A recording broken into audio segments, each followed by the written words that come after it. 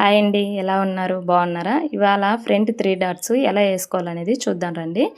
ఇదిగోండి ఆ jacket side మనం ఉక్కీస్ పట్టి సైడ్ తీసుకోవాలండి, కాజా సైడ్ కాకుండా. ఇలా నేను వీడియోలో చూపిస్తున్న విధంగా ఇలా పెట్టుకొని మెయిన్ డాట్ కాడికి డ్రా చేసుకోవాలండి. అలానే నేను 3 పెట్టానండి ఖర్చుకి, మెయిన్ డాట్ ఖర్చుకి 3 ఉండాలండి. లావోటోళ్ళకి, సన్నాటోళ్ళకి 2.25 2 పెట్టినా సరిపోద్ది.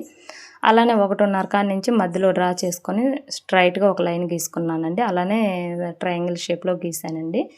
మెయిన్ డాట్ అది మధ్యలో డాట్ వచ్చేసి ఇలా మనం 2 ఫోల్డ్ చేసేసి కొంచెం యువతలకి మనం మార్కింగ్ చేసుకోవాలండి.